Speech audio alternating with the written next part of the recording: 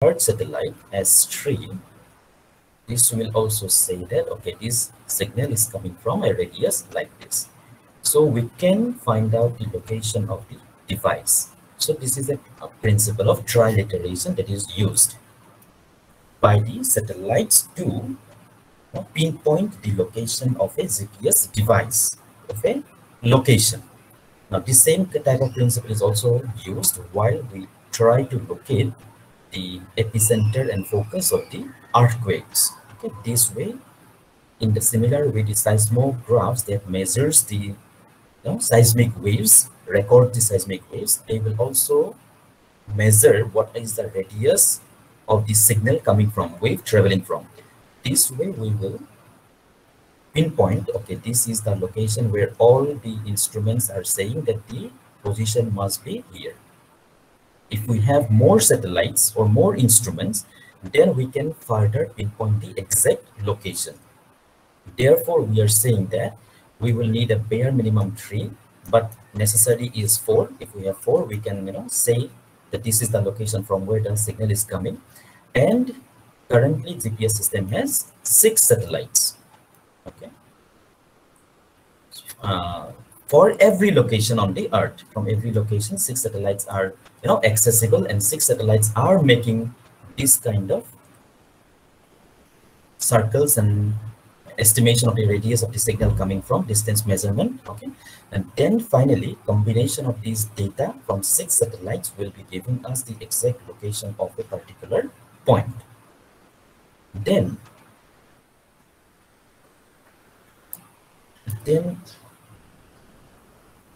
what happens, how we are locating a particular point?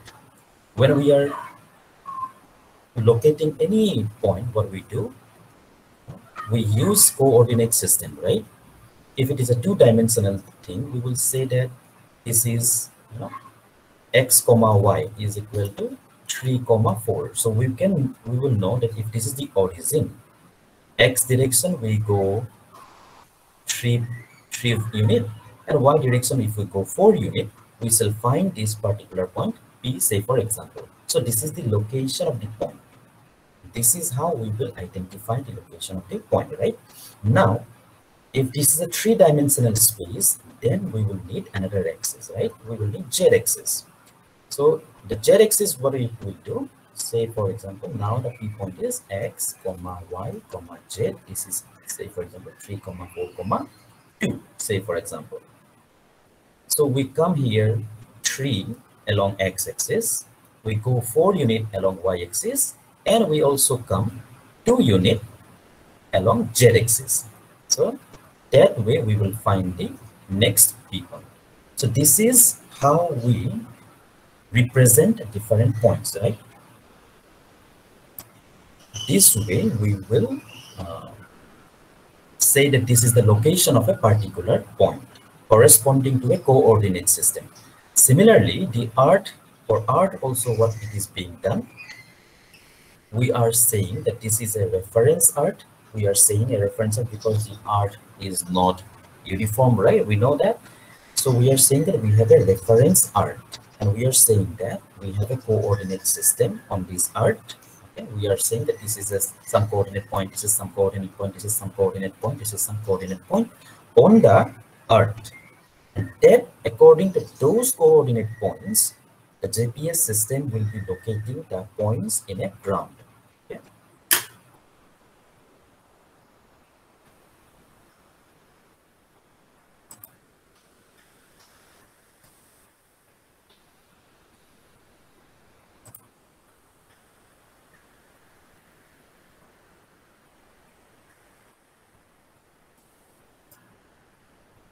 So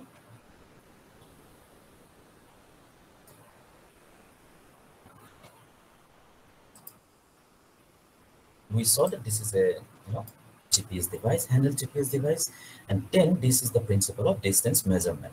So we have at this point 4 satellites. All these satellites are measuring the distance, and the intersection points of all those measurements will be giving us the pinpoint location of the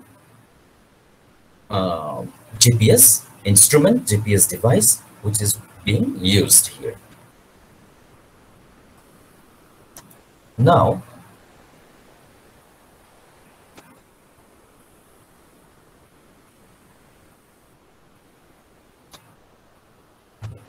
we also studied or discussed yesterday about different segments, different,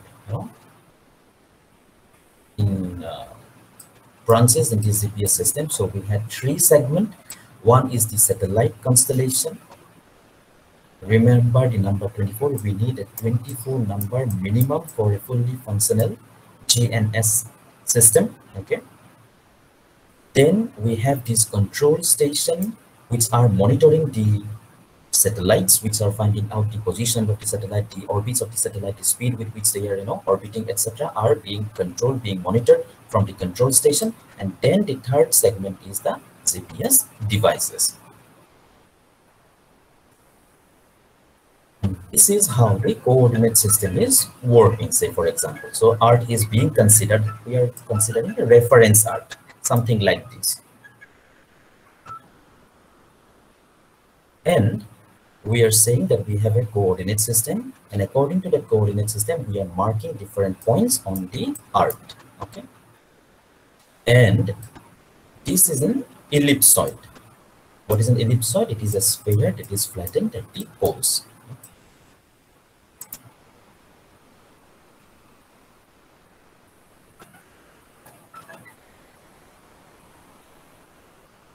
So the ellipsoid has been chosen so that it approximately, gives us the shape of the Earth. The Earth is filled with hills, uniformities, ups and downs, etc. But we are considering a perfectly ellipsoid, and it is flattened at the poles so that we have a close reference to the actual shape of the Earth. Okay.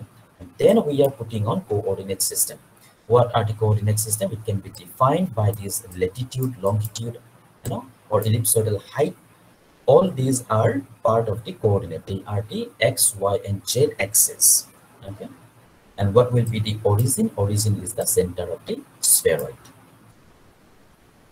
And this method will be used for defining the location at any point in space or on the surface of the Earth.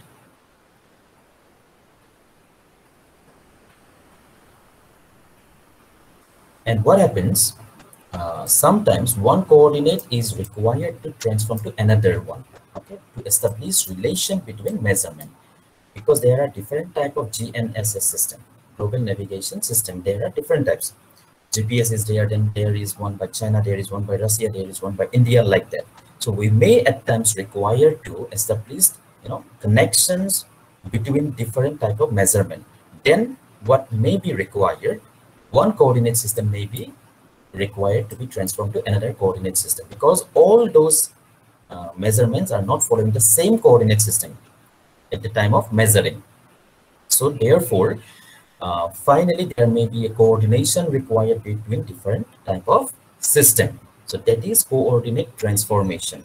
The value in one system is being transferred to the value on the other system.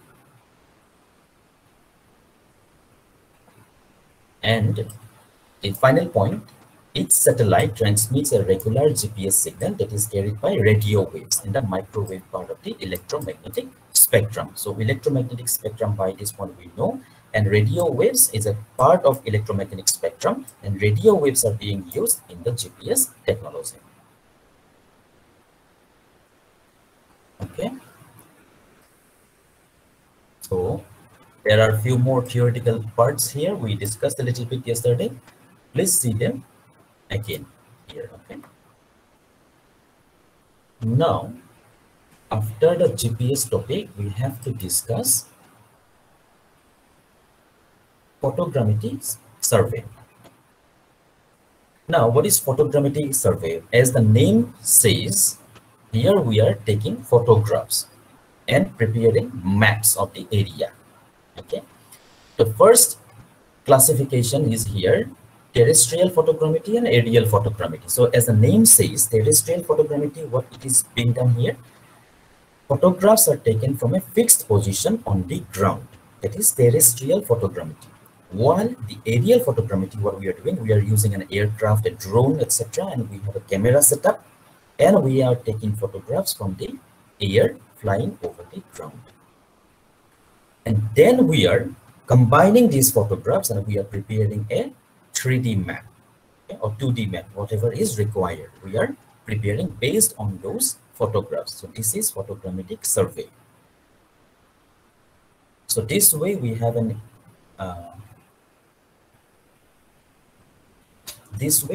aircraft which is carrying a camera setup, and it is for taking photographs of the area. We will take a lot of photographs in this area, then we will combine these photographs, and then finally we will have our map. This way we will keep going. There will be overlap. This is one photograph, and then again another photograph taken in close proximity, so that there is overlap of the photographs. This area is photographed twice, right? And this area is also photographed twice in this setup, right? Then again there will be overlap on these sides also. Then only we shall have the proper data or better data. So there are a few terminologies here that we need to look at. So what is exposure station? Exposure station is the point from where the photographs are being taken. Okay.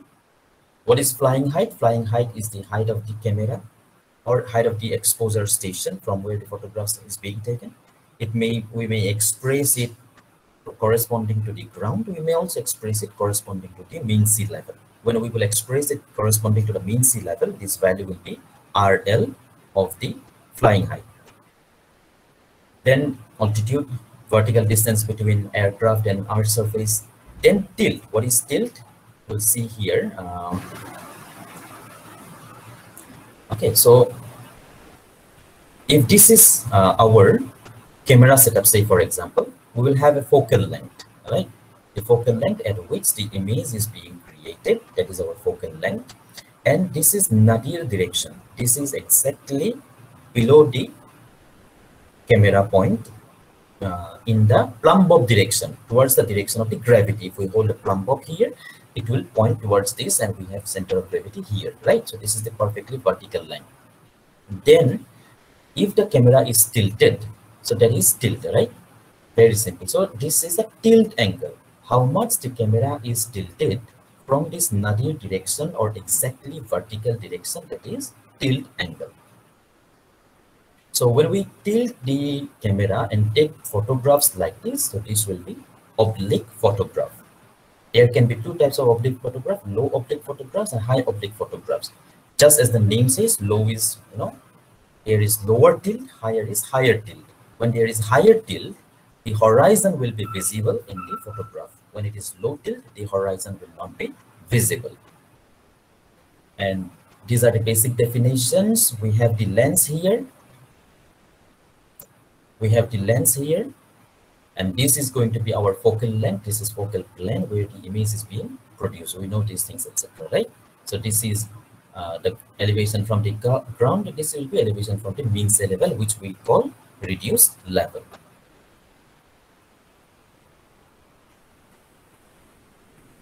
Okay. Then these three are important. So what is this nadir point? Nadir point is the point which is exactly vertical direction. If we hold the plumb line here, plumb bob here, then this is plumb line. This direction towards the center of gravity of the earth will give us the nadir point, right? Then what is the principal point? Principal point is the point, the optical axis of the camera. The camera is here, the camera is tilted, there shall be an optical axis of the camera. This optical axis is meeting at this point in the ground. So that is principal point. Then the exactly middle point between this nadir point and principal point will give us the isocenter, right? So this isocenter will do what? This is the tilt angle, the angle between this nadir line and this principal point line giving the optical axis of the camera. That is our tilt angle, and the line which is exactly in between, that is giving us the isocenter. Okay, so it is bisecting the angle which is called as tilt angle. So these are some basic terminologies that are being used in photogrammetric survey. Then What is the procedure of carrying out aerial photography? First of all, we shall have to establish some control points. What are control points? Just like we did in our leveling, etc. There were benchmarks were points of known elevation. So they are known points. So similarly, we have control points. The control points are the stations where the positions of the points are known. Okay. So the relative positions are known. So those are control points. So we shall establish few control points. Then we shall plan our photographs like this. So these are the ground control points. And we shall map the area this way. So there should be minimum 3 to 4 control points in one photograph so that we can relate the points and we can find the values on the other points corresponding to the known point. Okay. Then there will be photo interpretation and stereoscopy. Okay. Preparation of the 3D to the map from the photographs taken. Parallax. What is parallax?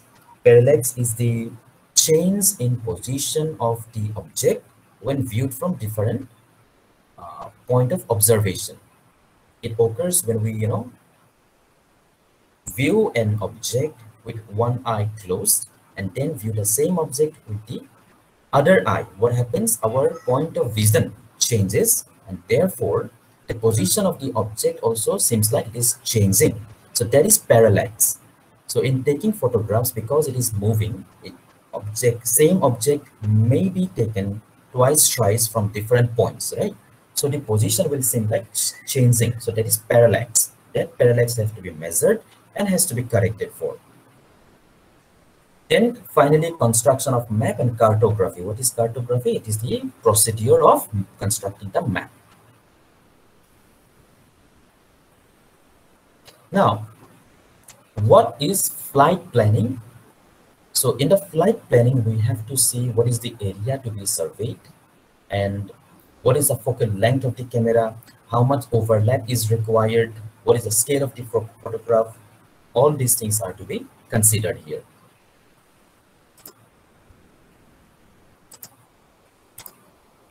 So let's see this here, or diagram.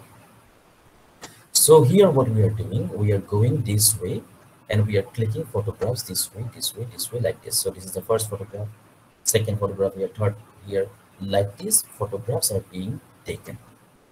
So this is part of flight planning. Okay, so we shall move this way. We will click here, here, here. These are going to be our exposure points. That way, so that this entire area is covered, and so that each area is covered twice, thrice according to the photographs. Like this. So these are our photographs being taken. So 1, 2, 3, 4, 5, 6, 8, like this. Photographs were taken. Then 7, 8, 9, 10, 11, 12.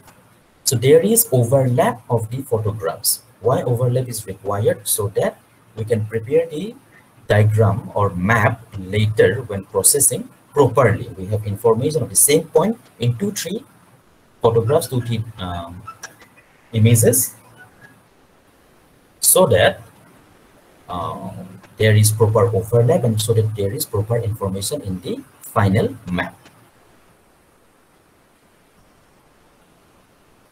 Okay, so here what is happening, there is one forward overlap. So from figure 5, photograph 5 to photograph 6, we see that there is an overlap. What is that? Forward overlap, going from 5 to 6 in the forward direction. Then 6 to 7, now there is also overlap between 6 and 7, 5 and 8, 4 and 9, 4 and 10, like this. So these are the sideways overlap. Okay, so there are few conditions here. Okay, due to overlap, each portion of the territory is photographed 3 to 4 times so that distortions can be overcome quickly or effectively. And overlap should be at least 50%. Okay, and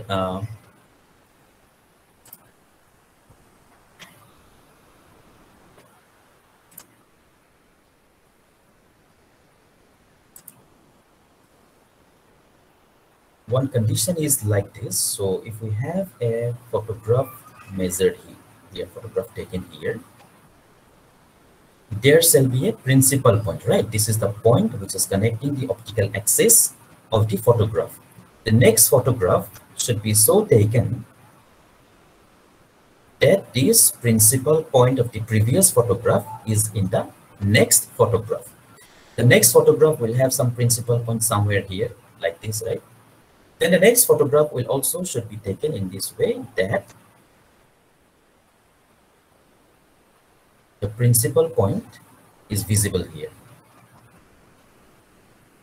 Okay, this way. So for this photograph here, what is the condition? The condition is that the principal point of the previous photograph is also here. The principal point of the next photograph is also here. So that much amount of overlap is required in the photographs.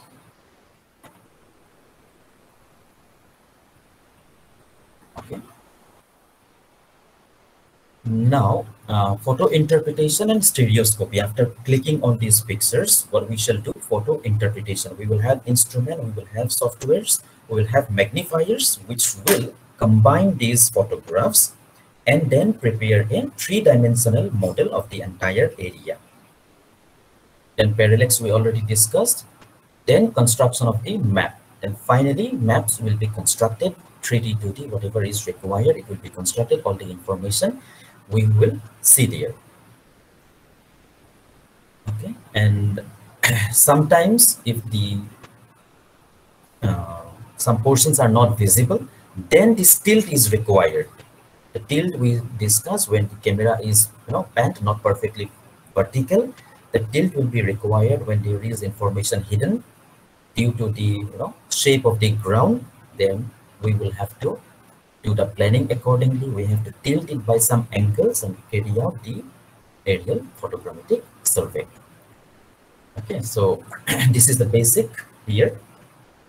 In the next class, we will discuss the numericals on photogrammetric survey, and we have remote sensing to discuss.